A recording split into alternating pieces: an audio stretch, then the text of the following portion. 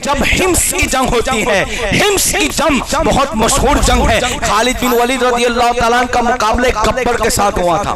मुल्क के हिम्स का बहुत बड़ा गब्बर, इसका नाम भी गब्बर है, किताबों में लिखा ज्ञान से नहीं, गब्बर कहते वो इतना ताकत और कुव्वत वाला था कि कोई मुकाबला नहीं कर सकता था। और बज़ाहिर खालिद बिन वलीद की इतनी ताकत, ऐसा नहीं कि ऊंची और बॉडी में ऐसा नहीं था, उनका जिस्म मुबारक मीडियम था, ऐसा लगे नहीं कि ये लड़ेंगे। कहते मैं मुकाबला गब्बर के साथ करता हूं। अब ये दोनों का मुकाबला हुआ। कहा गया कि खालिद बिन वलीद जब तलवार उठाते थे तो गब्बर की तलवार से टकराकर वो बिजलियां चमकती नजर आती थी। कहते हैं वार वो करता था, आप डिफेंस करते थे, जब आप वार करते वो अपना दिफा करता था। लेकिन एक बार खालिद बिन वलीद ने ऐसा किया, इसने इतनी मजबूत लोहे की टोपी पहनी थी कि खालिद बिन वलीद की तलवार के टुकड़े हो गए।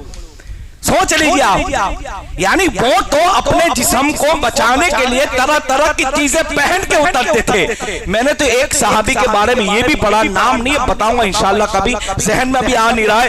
कहते उनका मामला ये था कि जंग में निकलते थे ना तो शर्ट भी उतार देते थे, यानी कुर्ता, और खाली तहपन पहन के तलवार लहराते थे, कुछ नहीं, और इस तरह लड़ते थे जैसे कोई निकलने वाला बिजली की तरह निकल रहा है। ये सहाबा किराम का जज्बा जिहाद था, शौक के शहादत था। हुजूर के नाम पे मर मिटने के लिए वो अपने आप को हमेशा तैयार रखते थे। कहते खालिद बिन वलीद ने एक ऐसा हमला किया कि उनकी तलवार टूट गई। टोपी का क्या हुआ, लेकिन वो बच गया।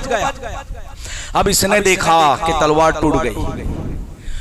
अरब के लिए तलवार बहुत मायने रखती थी, क्योंकि तलवार ही तो था कि जिससे वो डिफेंस कर सके, जिससे सामने वाले को मार सके, काट सके।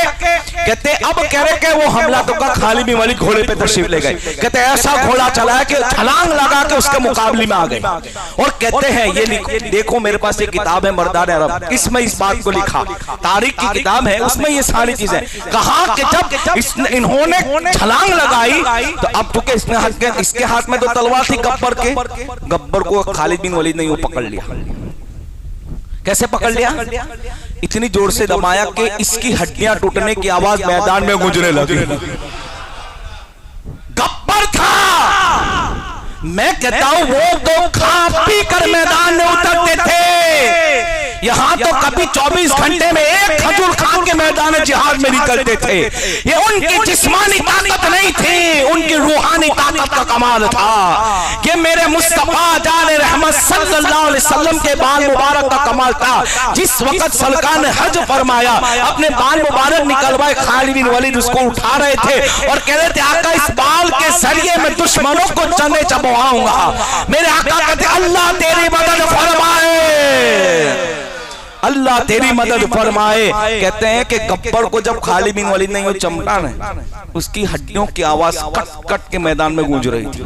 हड्डियां तोड़ रहे थे, हड्डियां तोड़ रहे, दबा के तोड़ रहे थे। और हमारे कोई पतला आदमी नहीं था तुम मैं जैसा, बल्कि उस जमाने का गब्बर था। गब्बर ताकत तो कुव्वत के अंदर इसका एक शोहरत थी, उसको ये खौफ भी था कि अगर ये मुझे कत्ल करेंगे तो मेरा क्या होगा। अरे कत्ल तो दूर की बात है, दबोच ले लिया।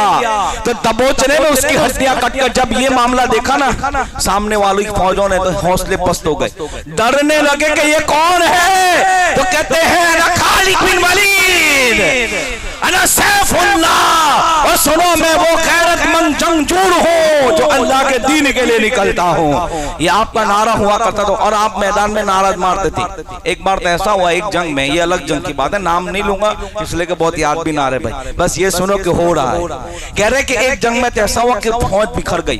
खालिद बिन वलीद आके कहते नारे तक जोर से नारा मारा, 1000 साहबा ने इसका जवाब दिया। इस नारे को सुनकर सामने वाले के हौसले पस्त हो गए थे, ये खौफ से लरज रहे थे। जब इसकी हड्डियों को खालिद बिन वलीद ने दबोच के कट के गिर रही थी, तो उस वक्त कह रहे थे कि हिम्स की वो फौजें जो लाखों की तादाद में खड़ी होकर कह रही थी हम इनको दबोच लेंगे। खालिद बिन वलीद के इस अमल को देखकर सब लरज रहे थे, भाग रहे थे। खालिद बिन वलीद कहते पीछा करो इन लोगों का। कहते इतना खून बहाया था कि खालिद बिन वलीद की ज़िरा से भी खून टपक रहा था, अमामे से खून टपक रहा था, जिस्म से खून टपक रहा था।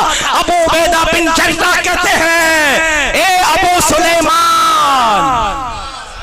तूने आज जिहाद के हक को अदा कर दिया है, तूने आज हक अदा किया है। ये मुबारकबादी अबू उबैदा बिन जर्राह ने खालिद बिन वलीद को अता फरमाई थी। ये खालिद बिन वलीद थे।